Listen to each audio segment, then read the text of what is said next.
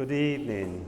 Good evening. So wonderful to welcome you all at the Jan van Eyck Academy, at the fourth Earthsea Intensive already. It's nice to see all the participants and some of the public here. So the fourth edition, Murmuring Matter, on the cosmopolitics of matter, on the murmurings, on the soft speaking of materials, on the soft speaking of bodies, buildings, forests. It's a 3-day event, so we'll be seeing a lot of things. It's a wonderful program tonight, tomorrow and Sunday, with tomorrow and Sunday also dinners by the participants. Super pleased to welcome you all and to thank Bruno and Julia for this wonderful program, and to thank all the artists and participants that are also participating, and to thank all the team and the staff for the wonderful work that they do. Earthsea Intensive started out 2018 with the idea to connect art and climate and the larger crisis and the stacking of crisis, and to think about what would be the effect of all of this onto art practice. And in each iteration we have seen different things, like in the past ones, the IPAC, we connected to the IPCC, where we would have discussions of could we insert culture into the equation of assessment that the IPCC does, a more sort of political frame. I'm also happy to see now that it also evolved into more performative, into a much more artistic as well platform to investigate all of these questions rather than the academic. So that's really, really great, and thank you both for that. Because now it's also a combination between Bruno and Julia, because Julia is running the Institute for Nature Research and also the Future Materials, and it's kind of a combination between Future Materials and the work of Bruno, the Earthsea Intensive. So these two things came beautifully about and together, and I congratulate you with that. And I hope she's fine. She's like, okay. I'm going to give it to Bruno, and thank you. Welcome. Thank you. Thanks, Hisham. Great to see everyone. Hi. So I'm Bruno, curator of the Jan van Eyck. I guess most of you know me, but I mean, for the ones that might not. And well, thank you for coming. It's nice to see you, and I hope this is just the first day that you're joining and you're coming along with us for the rest of the weekend. Maybe just to unpack a little bit more of what Hisham introduced about the Earthsea Intensive. This year we have a different approach to the previous years, but I think there are several underlying threads that kind of run through both approaches that could be worth mentioning. So for the last 2 years we've, as Hisham said, kind of gathered around these questions of climate emergency and social ecological breakdown through this idea of a fictional institution called the IPAC, the Intergovernmental Panel on Art and Climate Change. And throughout 2 consecutive years, we discuss what this fictional institution could mean and what would mean to position arts, cultures, but also humanities and social sciences in the interface between science and global policymaking. Even though it sounds like a very dry and political subject, we kind of try to tackle these issues through role play or through performance, and through also formats that would allow us to engage differently with these questions, such as dreaming. We had a dreaming workshop last year in which we tried to gather in dreams and foster interdisciplinary collaborations through dreams, and it was beautifully led by one of the previous participants, Daniel Godinez-Nivon. So these 2 years of discussions around this fictional institution was happening in parallel to a real-world process led by the IPCC, the Intergovernmental Panel on Climate Change, which just finished last March. And it was their 6th assessment cycle, which really brings important information and data of climate science to politicians.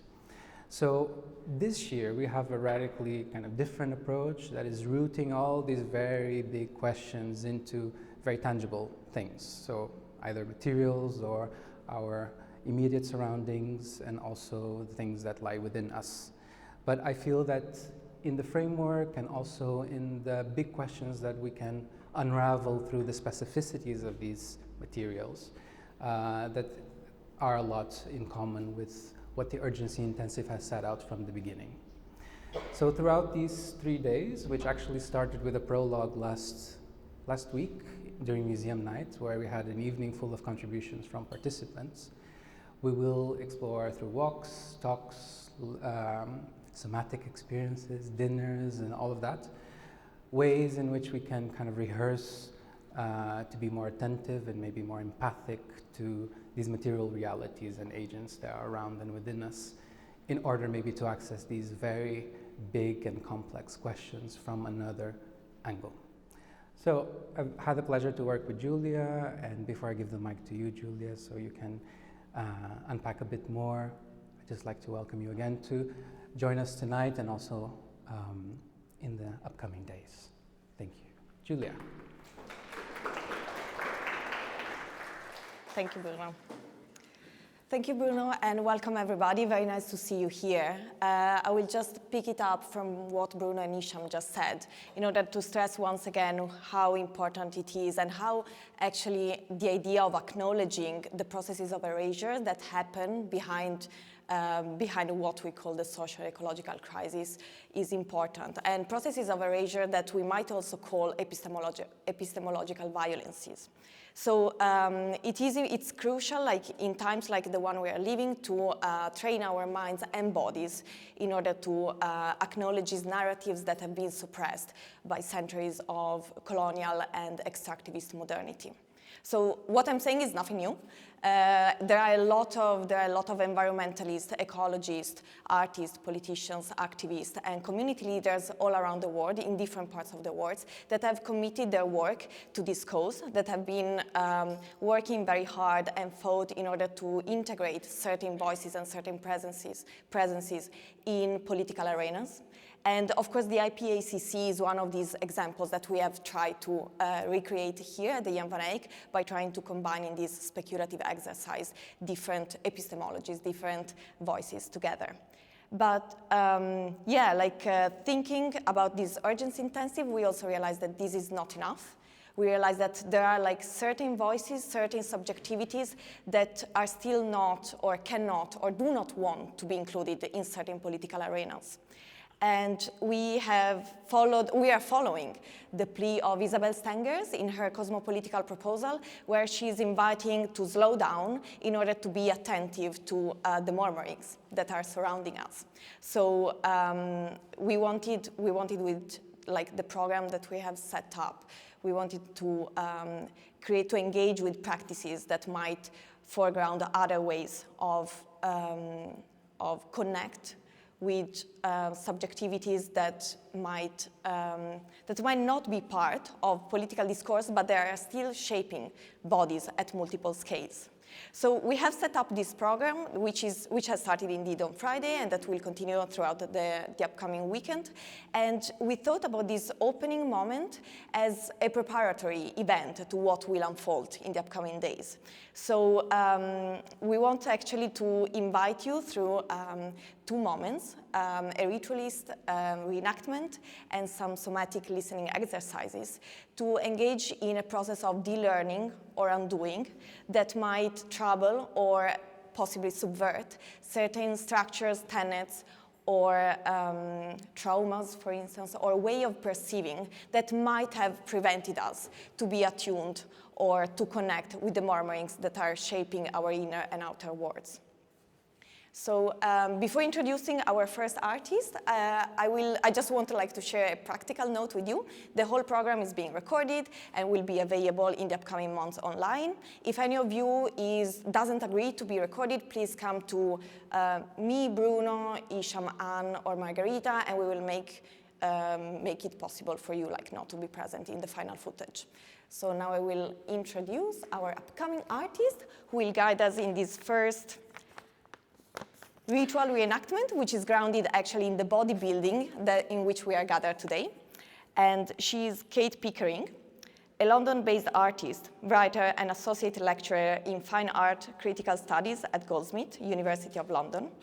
She recently completed an AHRC scholarship PhD at Goldsmith. In her dissertation titled Lakewood Megachurch, Bodily Disorientations in a Climate of Belief, she explores how North America's largest megachurch deploys scale, spectacle, and performance to form an immersive story world. This total work of art embeds a set of beliefs within the body in a broader context of climate crisis and race, end times obsession, and climate change denialism.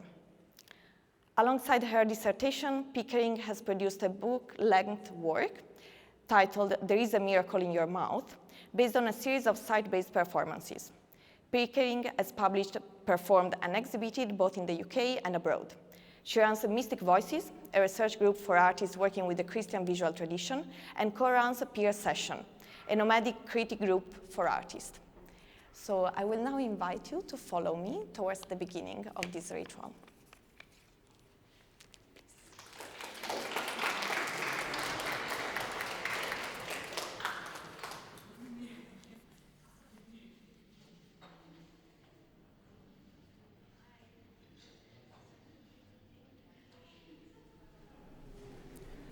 River Mass, you give us grace through sacramental signs, which tell us of the wonders of your unseen power. We use your gift of water, which you have offered as a rich symbol of grace. At the very dawn of creation, your Spirit breathed, making an end of separation and a new beginning of goodness. We are baptized in the waters of the Mass. We are anointed in your Spirit. You sustain us and give us abundance. May your waters be the fountain of the newness of life and the font of grace. We ask this in honor of the great cycles of water, which make us all weather bodies. Amen.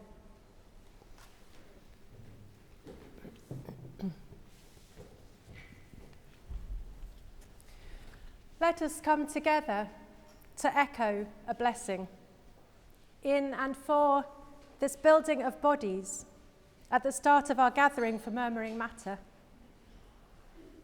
This ritual reenactment will occur in 3 parts. Here, we will root into the ground, finding an orientation, a mapping of the mythic and material foundations beneath our feet. Secondly, I invite you to spiral with me around the pillar and onto the staircase to liquefy our fixity. And finally, at the threshold, on the limon, we will reorient. Our body worlds held in the structure of the building body, but porously open to the more than building body world outside. Here we are, inside the belly of the building body. I invite you now to pay attention to your body within this crowd, a body of bodies that assemble into the shape of the building, a building body blessed by the church and sanctified as a sacred space for the arts. The New Catholic Bible tells us you are no longer strangers and foreigners. Rather, you are fellow citizens of the saints and members of the household of God, built upon the foundation of the apostles and prophets, with Christ Jesus himself as the cornerstone. Through him, the entire structure is joined together and grows into a holy temple in the Lord. In him, you are also being built together into a dwelling place for God in the Spirit. The Message interprets this passage as, now he's using you, fitting you in brick by brick, stone by stone, with Christ Jesus as the cornerstone that holds all the parts together. We see it taking shape day after day, a holy temple built by God, all of us built into it.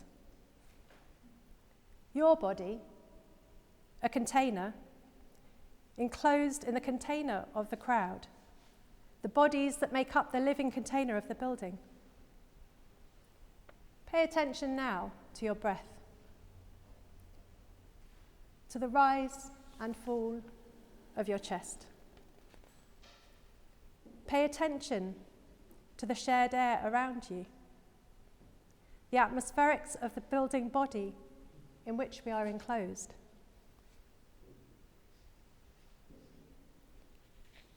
Can you hear the building's breath? Can you hear the echo through time of a slow inhalation as the skeleton came together and flesh covered bones? And then what seems like stasis, tension holding all the parts together, but is actually a long, low, drawn out sigh, an exhalation of many years' duration. Here we stand within the belly, a busy, productive community that works in the microbial guts of the building. And now pay attention to your own gut brain, a gut within a gut.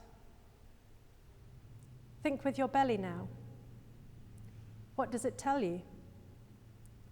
Is it calm, or is it set on edge?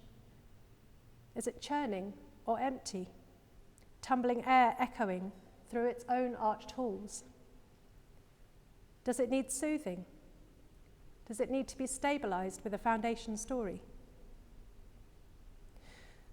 The biblical redemption story is richly represented as a round, edible wafer or fragment of bread that is placed inside the mouth during communion. It makes the cosmos a morsel that is easy to digest. This small yet weighty nourishment hosts a word thing, the God-man cornerstone of the story, the origin story. The morsel is eaten by the believer in a ritual of both remembrance and identification. It settles like a stone in the belly.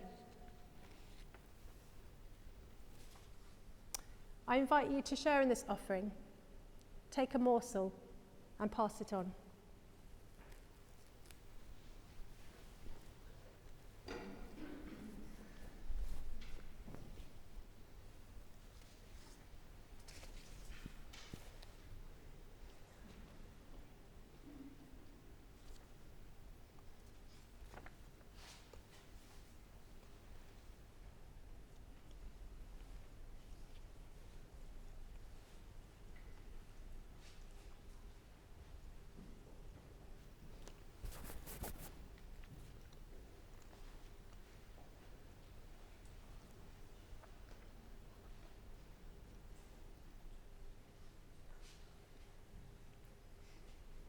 Here together, as we eat this bread, we consume a stony word thing. We become what we eat. We are enclosed within the believing body. As the bread passes through our mouths, from an exterior thriving with bacteria, it breaks down and dissolves, working its way across the intestinal membrane and into the busy microbiome of the gut, entering the bloodstream through the liver and towards the brainstem and cerebral matter.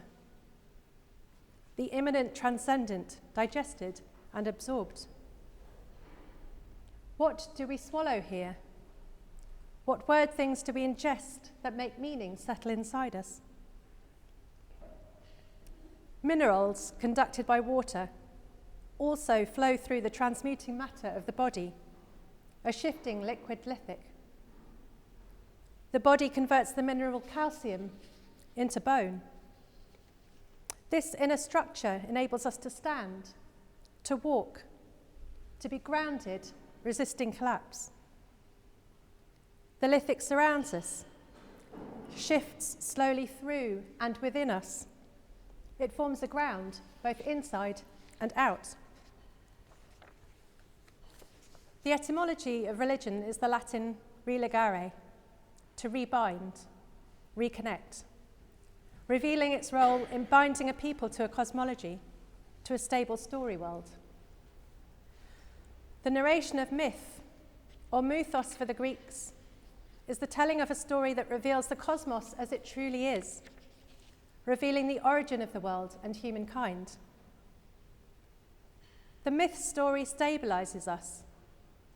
It is, for Jean-Luc Nancy, a way of binding the world and attaching oneself to it.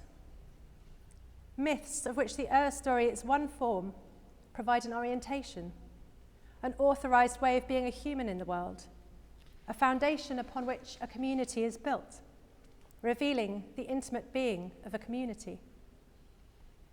The narration of the myth anchors the believer within the shifting seas of experience.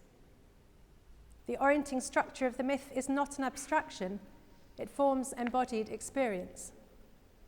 It is felt in the gut. Pay attention now to the gravity that pushes you down, to the weight you can feel in your legs. Beneath your feet, feel the hardness of the floor. And beneath that, see with your mind's eye the basement. Travel further now down into the concrete foundations, shot through with steel for enduring stability. Foundation piles that sink down through the topsoil, subsoil, rubble and rock fragments into the stable zone. But the foundations of this building are not only made of steel and concrete. Foundations are made of ideas and beliefs and plans. Foundations materialize a community, make matter into the shape of a body of belief. Before this community existed, it was already a site for making. There was a municipal works repository here, rows of bricks, pipes, slabs, and other construction materials stacked neatly in a mass shrine to industry and civic development. Since this site opened in 1961, the Netherlands has become one of the most secular countries in the world, with atheism outstripping theism. But Maastricht has remained determinedly Catholic.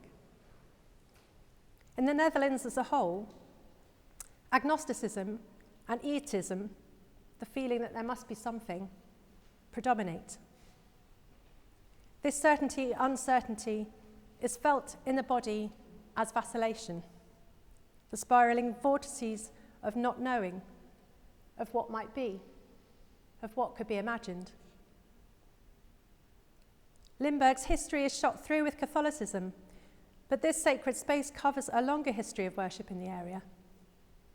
Before Christianity inflected the identity of the region, the people of Maastricht made different offerings here at other shrines, to Celtic gods and goddesses, to Roman deities, to Mithras, born from a rock, a globe in one hand, a thunderbolt in the other, a panoply of polytheism, a multiplicity of imaginaries laying as strata below our feet.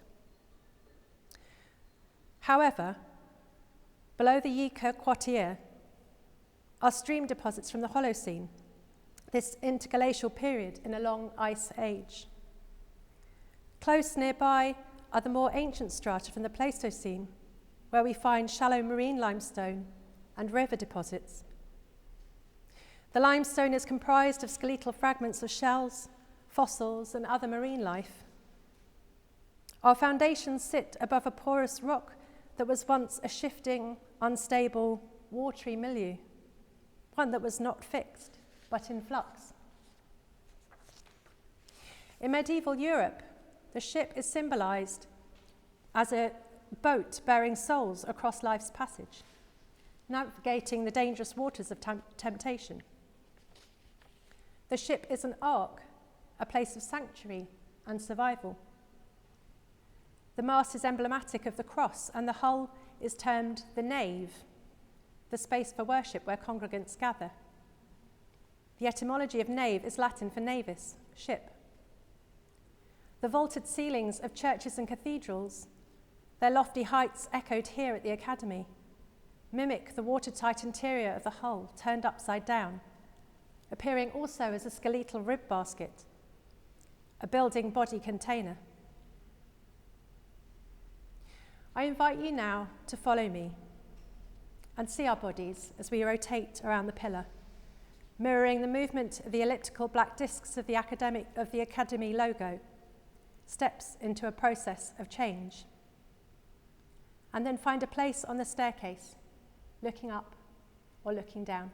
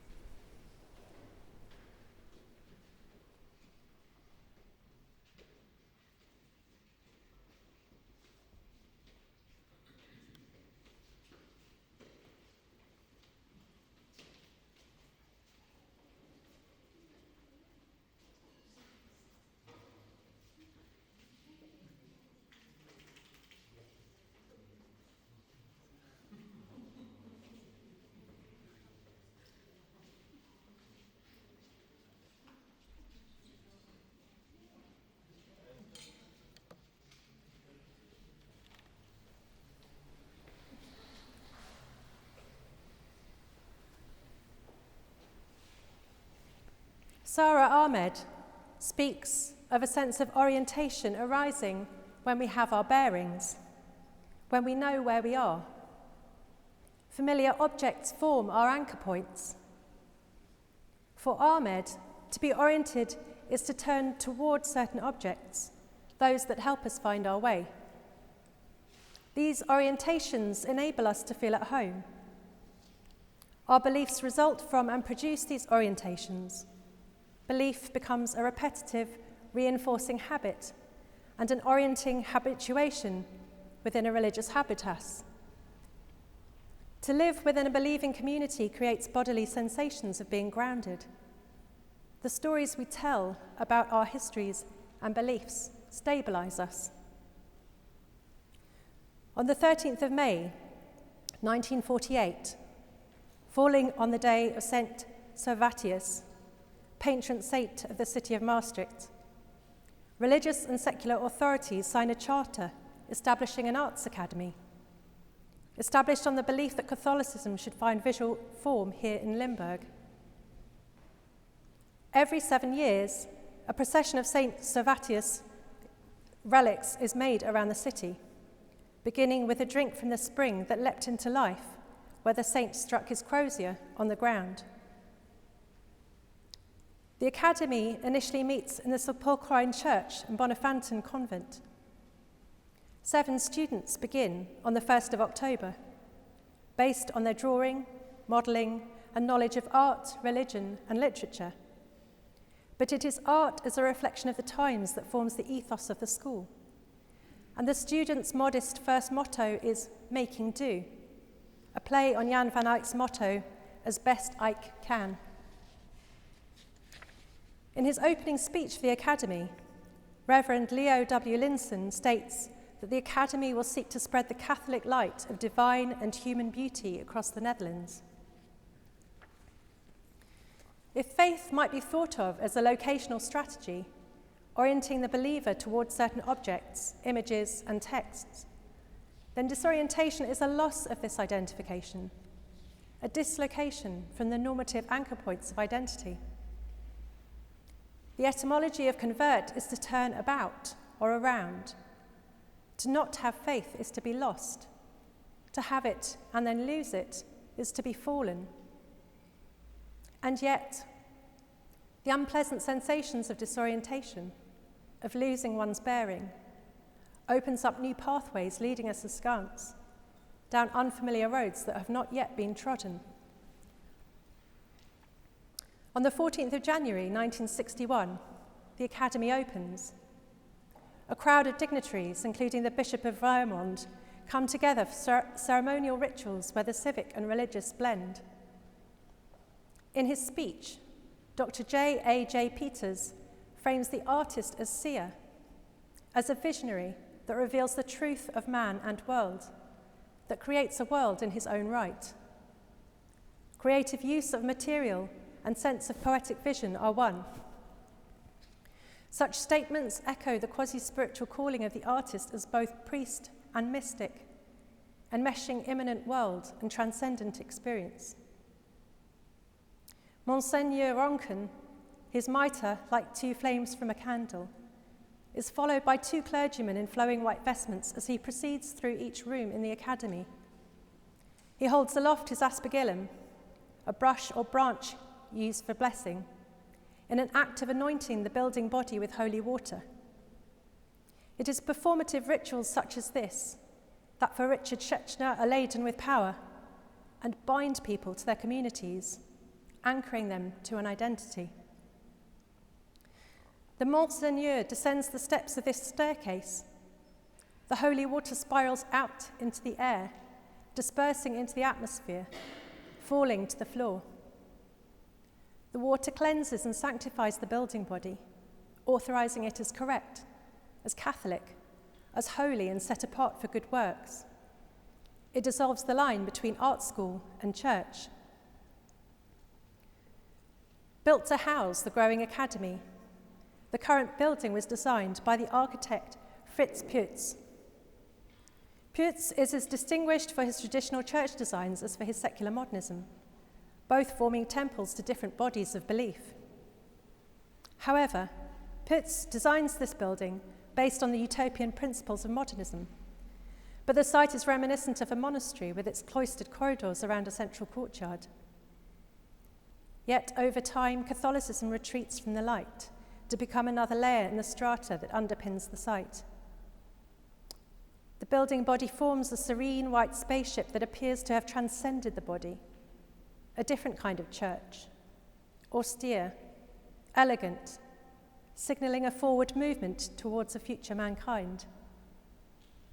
The making of art in this purified site, clean of invulnerability, committed to idealism and ideal forms, replaces the need for religious rites.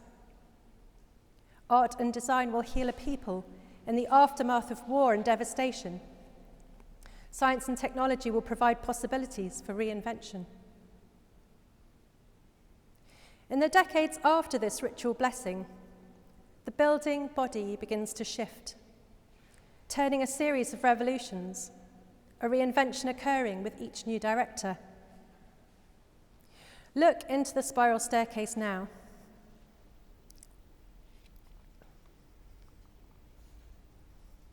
Notice how it moves. Notice how it morphs into a mechanism, like a cog rotating.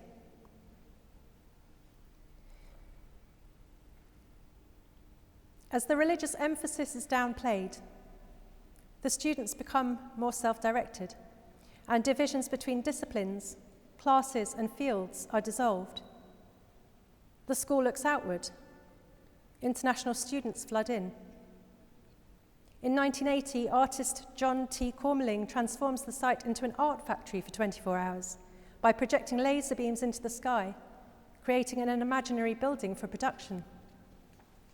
In 1988, the policy plan of the Academy is written in architectural terms as machina art, an architectonic concept that converges on the idea of the machine. Now cultural objects are formed by a community united by different ideals, unanchored from mythic histories and religious origin stories. Labs are places of alchemy, where discarded and found things are formed into something new. Making expands to encompass new media, and cross-fertilization of practices occur. Teaching hierarchies are flattened into the horizontal arrangement of the Werkplatz. Abstracted metaphors of machine and factory lose their appeal as late capitalism begins to fracture. At the Academy, cooperation and exchange, innovation and experimentation, symbiotic and rhizomatic forms of working gradually replace such ideas. The Academy, located at the nexus of several countries, continues to look outward to a global public. It is both critically engaged and a safe haven for reflection. In 2020, Hisham Khalidi states, "We believe in the role of art and design to develop resilience in a time that demands radical change, and we have no choice but to contribute with our imaginative capacities to writing the history of the future." Ron, who has worked at the Academy over many decades, images the building as a ship, echoing the church ship of past times. For Ron, this boat of the Academy has set out to discover new high land, islands, a continent. The director steers the boat, but it is the participants who all work together, Ron says, because someone knew how to raise a sail and get the wind, and someone knew how to stir, and someone else knew how to keep the people at peace, and someone else knew how to navigate. All that works together. He views the shifting conglomerations of community as producing selflessness. Ron compares the community to Franciscans, a holy order made up of kindred spirits. For Astrid and Aemonis, a hydrologic flows through and across difference, blurring the boundary between the individual and the other. Aemonis states that we must think our embodiment as watery and to highlight our relationality and responsibility across different watery bodies, a necessary method for resisting individualism. Nameless writes, "As watery, we experience ourselves less as isolated entities and more as oceanic eddies. I am a singular dynamic wall, dissolving in a complex, fluid circulation." Notice now how this staircase is not mechanized or automatic.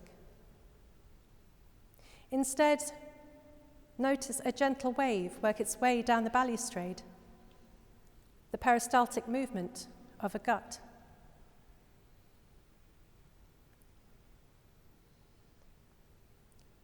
The stairs gently undulate in a fluid motion.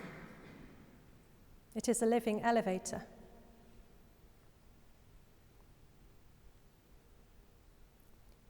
Inside the spiral of steps, rather than a forward and upward path to progress, let us spiral down as the holy water sprinkles out and away from the hand of the Monseigneur.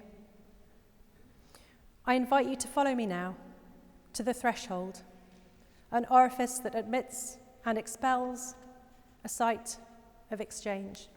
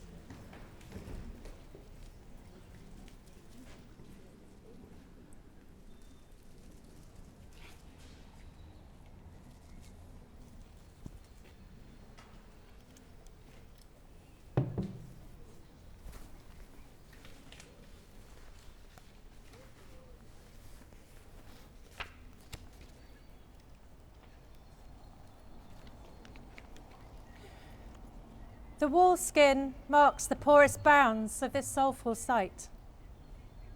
The door is a mouth, a maw, a portal to the more than building body beyond, an expansive, shifting milieu. Breathe in the Yika Quarter air.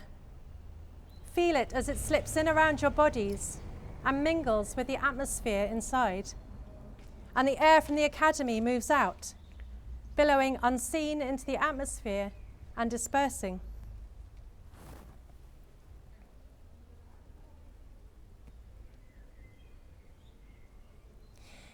Here, at the threshold, in this liminal space between the story worlds of outside and in, what and where are your anchor points?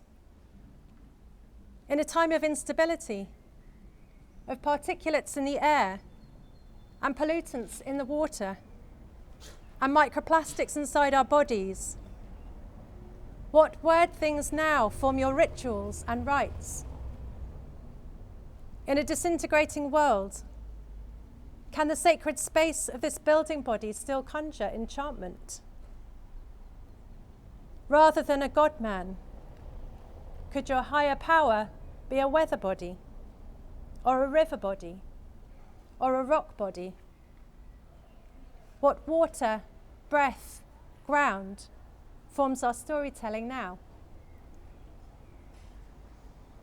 Ursula Le Guin tells us that the proper shape of a story isn't the linear story of progress, the ascent of man the hero with his stick, axe, or knife, a weapon that defeats and subdues a hostile world. Instead, stories form the shape of a container, a sack, or a bag. The container, not the weapon, is our ancestors' greatest invention. Containers for words that hold meaning. Stories are medicine bundles that hold things in powerful relation. For Le Guin, the best stories, and those that remain untold, are made from a leaf, a gourd, a shell, a net, a bag, a sling, a sack, a bottle, a pot, a box, a container, a holder, a recipient. Le Guin writes of the belly of the universe, a vast sack, this womb of things to be, and tomb of things that were, this unending story. We gather words into meaning. We gather bodies into community. We settle into the stability of enclosure. The embodied need for a meaningful story world creates the tension between inside and out, fluidity and fixity, fact and fiction. Whilst hermetic seals prevent contamination, they also prevent regeneration. Stories, buildings, bodies, spring leaks, find themselves breached. Holes open up, boundaries are crossed, and new stories are told. Building body is such a word thing. A bag, a sling, a sack, a container. Not a space of confinement, but a space of multiplicities, of vortices, of revisions and revolutions. In troubling times, let us align with Donna Haraway to resist the sterilizing narrative of wiping the world clean by apocalypse or salvation. Haraway dismisses both hope and despair. Instead of endings in which we refuse responsibility, she offers the provocation of staying with the damaged earth on which we reside, building messy, difficult, but livable futures. Let us stay with the trouble, making oddkin in strange and risky collaborations with a more than human world.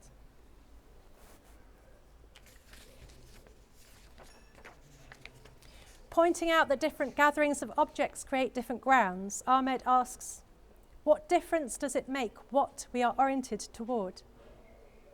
Our orientations form our beliefs, which shape our worlds.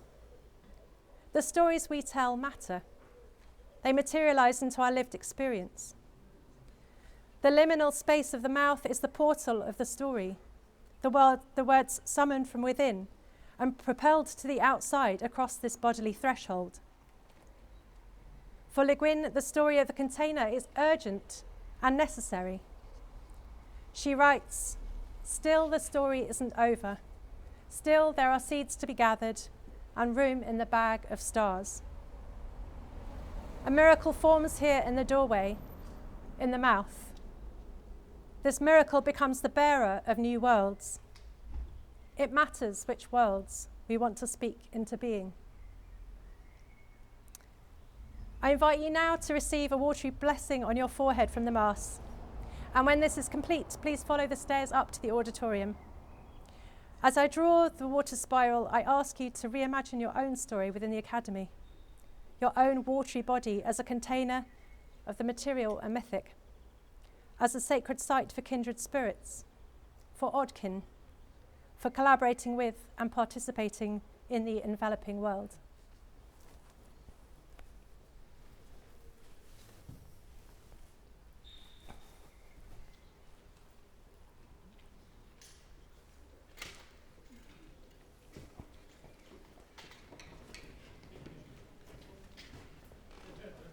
I anoint you with the sign of the spiral.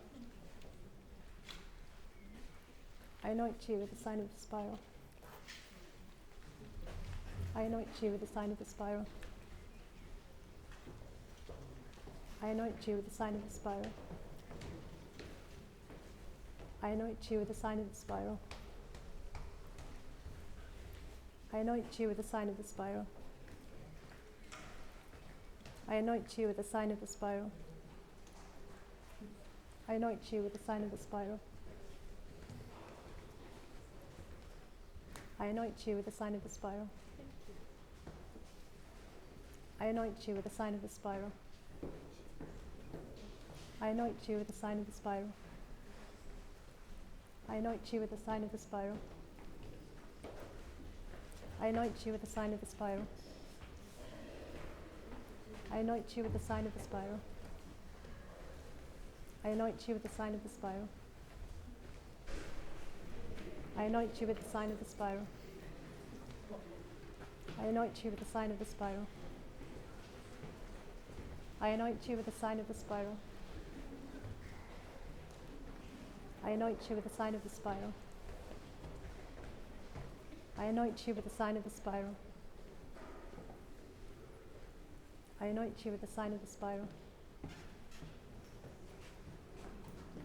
I anoint you with the sign of the spiral. I anoint you with the sign of the spiral. Okay, thank you very much, Kate. That was like very, I think we're all like sort of metabolizing the reorientation of our bodies in the building. But thank you very much, and I'm really like under the impression of like how you interwoven the different narratives of the building, like, and yeah, we spoke a bit about with some colleagues how you interwove like the religious, the material, the conceptual, like the historical, and all being away. Actually, you just arrived here yesterday, so I don't know if there are like some questions, perhaps, like if anyone wants like to break the ice. Isham? Yeah, of course.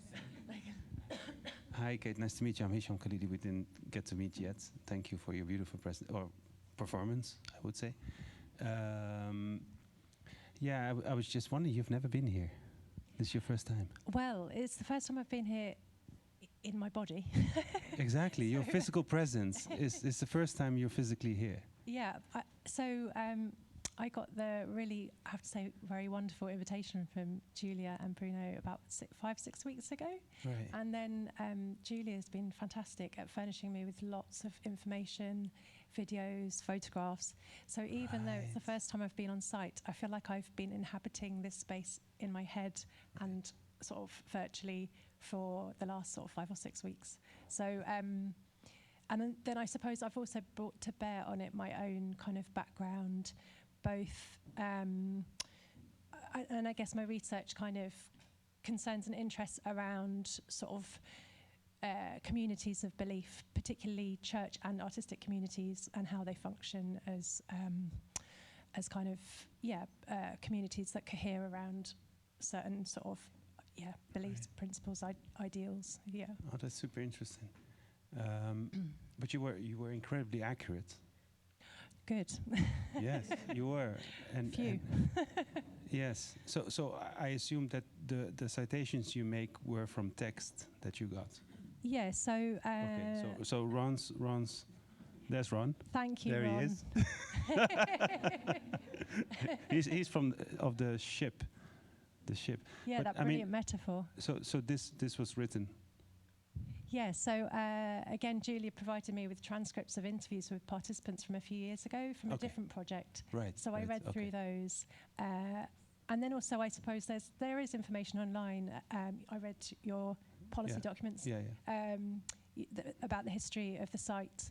I have a friend who's a priest, and she kindly drew out some information on the ritual of blessing buildings and the difference between that and consecration ceremonies. Right. Because that's what happened here. Yeah, so I was really interested in this because I'm originally from a church background. Yeah. And I had, in one of the descriptions online of the history of the site, described it as a consecration ceremony, which would mean, if that's true, which I don't think sadly it is, I think it was just a blessing that was presided over by the bishop. And I know this is getting a bit into like the possibly boring detail of like how religious rituals work within Catholicism. But if a site is consecrated, it actually becomes a site of worship for God, and it cannot, unless it's specifically deconsecrated, it remains sort of a sacred site forever. Right. But I think it was, in the detail that I read, I think it was just blessed. But even that, for me, sort of signalled, I mean, most art schools aren't blessed by priests. That's kind of, or certainly not in the UK. That's kind of unusual. Right. And because it had this Catholic heritage, for me, suddenly the kind of, where there's sort of parities between the worlds of religion and art, which of course there are lots of, disparities as well, that suddenly came quite nicely close together in that rite of blessing. So that's why I wanted to reenact it. That's super interesting. And what are the parities for you? Oh. Yes. I would love to know. Yeah, I mean, I guess. Like the communion, for sure. Oh, in the performance, or just in my experience in general? No, in the relation between art communions and religious ones. I mean, my experience of, say, contemporary art in the UK is one in which, until really recently, religion as an idea, as something that you would practice or commit to in any way, was completely off, like a total taboo for a long time. And yet you still see there are sort of, I guess, parallels in the way groups of people come together to organise themselves with shared goals. And of course there's like different, I don't want to overstate similarities. There are differences, quite clear differences. Like contemporary art prides itself on its kind of openness. It's sort of like avant-garde kind of, it's openness to change. But then, of course, like all these, when you really get to the nitty-gritty of any of these kind of, these sort of proposed sort of ideas of what a community is, you can always break them down. So actually, of course, religious communities are just as open to change. They may have kind of cores of belief that exists, or a cores of practices or texts that exist over time, but often these become fluid through they intermingle with cultural contexts that they alter in response to their surroundings. I don't know if that's really answering the question, but No, it is. Yeah, I it mean, is. I feel like No, that no, could it be is. I could give you a really long answer to that, No, no, because no. it's something I Yeah. think I have thought about a lot, like what is the difference between religious and artistic communities? And I suppose, so I come from a very religious background, which I've left, and I'm often looking for that sense of belonging, community within artistic communities, and trying to recreate it in various ways. Yeah. And still looking. I'm not, Yeah. No, but there's been a time, 1948, and a little bit after that, there is text in the archives. You can find sort of hints of this conflict that arose between sort of the conservative side and a sort of less conservative side that wanted to break out of the confinement of religion. So there is this both of that. It's very interesting to see that this academy was established as sort of a counterpoint to whatever subversion was happening in art academies elsewhere. It literally states that. Yeah. Yes. Yeah. Yes, I think I came across that in my reading. Yeah. But then it's, even though art in the service of the Catholic Church appears to sort of diminish over time, beliefs and kind of a sense of purposiveness continues. So there's always some kind of set of convictions or ideals that the community is working upon. Yeah. And arguably that's still the case now. Yeah. Absolutely. Yeah. Maybe someone else.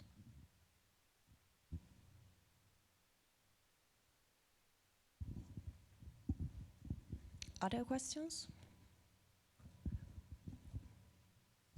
I have a question. You have a question. Yes. Hi, Kate. Thank you for the experience and for the amazing performance. Here we're often reflecting how the spatiality of this building in particular, which is very generous and luminous, and I think does something for the community, but at the same time also induces certain types of artistic, maybe methodologies or collaboration or lack thereof, like we have individual studios. So we have this legacy of maybe a type of artistic practice, studio-based, individual-oriented, that is defined by the spatial divisions that we have inherited. And we were often thinking how to propose at least alternatives to that within this building, which is a modernist building, and which also enacts through space many of those principles. And I was wondering to what extent, from your experience in educational institution, academic milieus, and also art residencies, how you think, or if you think, the rituality or the communality can untangle these very concrete, literally concrete spatial coordinates that we are being daily fed with and induced by. That's a really good question. And again, there could be a really long answer to that question. I think it seems to me as though there's a lot of communal activity happening here. It doesn't seem particularly individualized. It seems as though the canteen, for example, is like a hub of people meeting and talking and exchanging ideas. And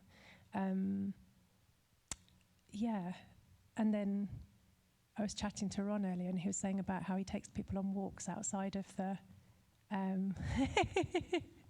sorry, Ron. How he takes people on walks outside of the building and gets them out of the studios. Yeah, I don't know. I don't know if I've got a really good... I'm not sure I've got an adequate answer to that. It sounds as though... It sounds to me...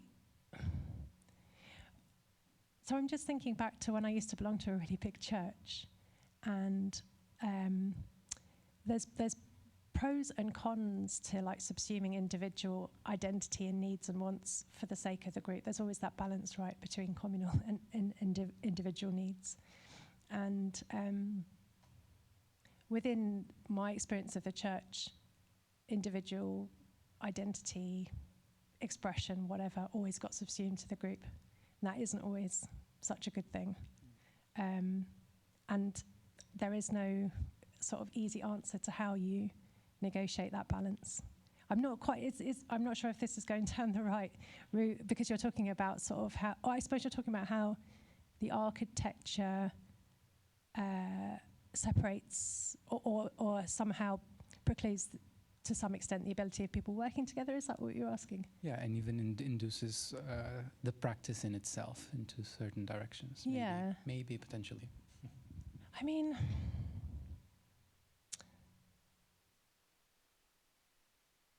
yeah, I don't know. I suppose I would be really intrigued from my own my own point of view to know how it would function if you had an art school where you have like a ritual practice, or a collective ritual practice that happens every day. When I say ritual, I know that comes with a lot of baggage. People think of ritual as like ritual sacrifice or something like that, but it could literally be like a sharing a drink together, or I don't know, a statement of intent of some kind, or everybody makes a statement of intent, or some kind of thing where, I don't know, which kind of draws people together in an embodied way. I mean, arguably that happens to some extent within certain practices in art schools anyway. So I run a crit group. So every time we come together, I always feel like I'm doing church all over again. So in the crit group I run, say 20, 30 artists all come together. We spend an hour discussing one artist's work. We break for drinks and food, and we spend another hour discussing another artist's work. And we do it in we have quite a particular format, a way of chairing that discussion. That to me always feels like some kind of church kind of ritual activity. Arguably quite a long drawn out one, but yeah, I'm slightly waffling. I'm not sure I'm really answering your question, but yeah, I'm not sure I have an adequate answer, but it's a really good question. No, thank you. That answer. I don't think there is any one answer. It's just something we're grappling with. I think Ron is part of the answer for sure. Maybe Ron's the sort of unacknowledged priest. Do you want to comment that, Ron? Yeah. Oh, the beard is there already. He just needs a robe. We can get that easily. Any last burning questions? I see it in your eyes. Don't lie to me. Okay. Well, if you allow me, the time is up, and we have a 15-minute break, and then we meet you all in the project space for the next part of the program. But thank you once again so much, Kate. Thank you, and thanks all. Thank you. Thank you also for being up for being anointed and sharing bread and doing my strange ritual things on a Friday evening. I appreciate that.